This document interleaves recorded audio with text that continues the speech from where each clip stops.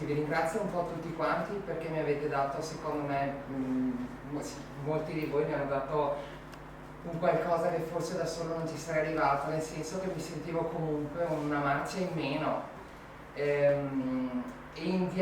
Parliamo anche in wireless, mi sono sentito arricchito e mi sono dovuto ricredere un po' su me stesso e quindi vi ringrazio.